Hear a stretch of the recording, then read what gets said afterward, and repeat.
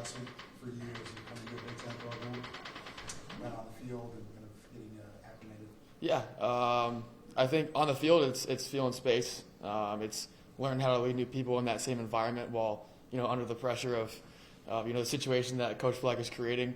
It's been a great time. It's been a lot of fun. Learning how to grow in that field and doing it with the 10 other guys in the field. It's been a lot of fun. Now that you've got a couple weeks under your belt, is the Big Ten speed of the game that much bigger than what you experienced in New Hampshire? I would say yes and no. I think it's initially, you're getting thrown into the fire and you're feeling it out for the first couple weeks. It seems really fast when you first get into it. But right about now, it's kind of hitting that sweet spot.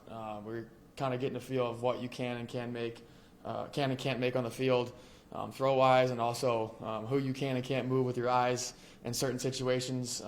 People are playing at different speeds at different levels, and I think it's a challenge every single day. It's a lot of fun to attack and compete with the guys. Max, how much of an emphasis have you guys been putting on situational football this spring, setting up situations? A lot. I think it's just a matter of putting our team in the situation of playing actual football. This is a new team and with new people and new leadership, and it's trying for us to grow every single day in certain situations. And I think situational football is what wins football games ultimately. So I think putting a huge focus on that is something that we're emphasizing right now.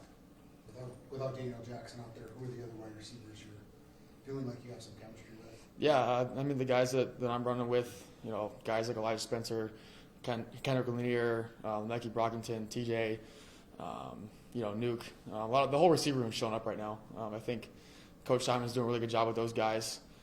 They're all putting in the work, day in and day out in the mornings when guys aren't here. It's fun coming in the morning and seeing the guys watching film as a group together and doing ball drills together.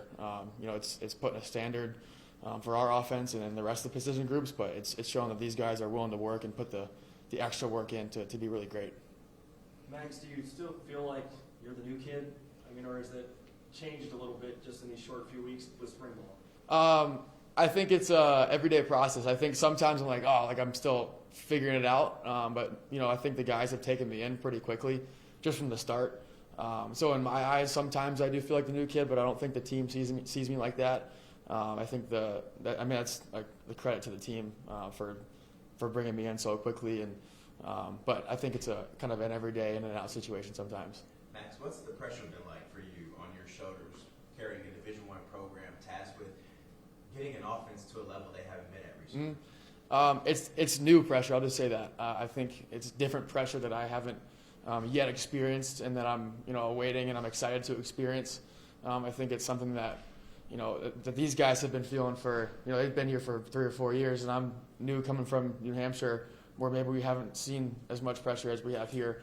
But I think it's all created too. I think ultimately, if you're executing with your team and you prepare for the moment, the pressure is created. And I think if you can, understand how to deal with that, starting game one, I think any team can be successful in that. What or who stands out to you defensively with this team right now?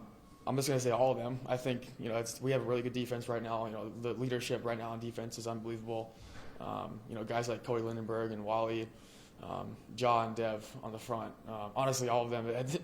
There's a fun competition every single day, where we're just bantering back and forth between the offense and defense in a good way, in a good manner. So, it's fun to be able to lock eyes on someone during the play and maybe know or maybe not know exactly what they're going to do, and vice versa. So it's a really fun competition to have every single play, to be honest. And the leadership is great on both sides of the ball, but the defense is doing really well right now.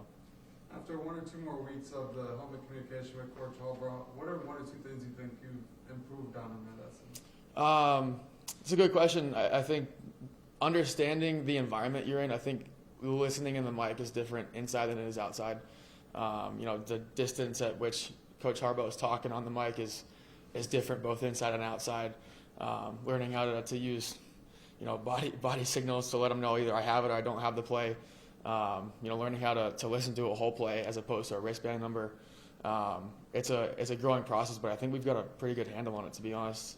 There's not many times where I haven't gotten the play in the helmet. So, we're getting it in a timely fashion, and it's a credit to Coach Harbaugh for taking me, yelling at him a couple of times I can't hear the play, or him saying it 80 times for me to hear it. So we've been having a good time with it. I know it's still early, but what has been your favorite part about this process and transition so far?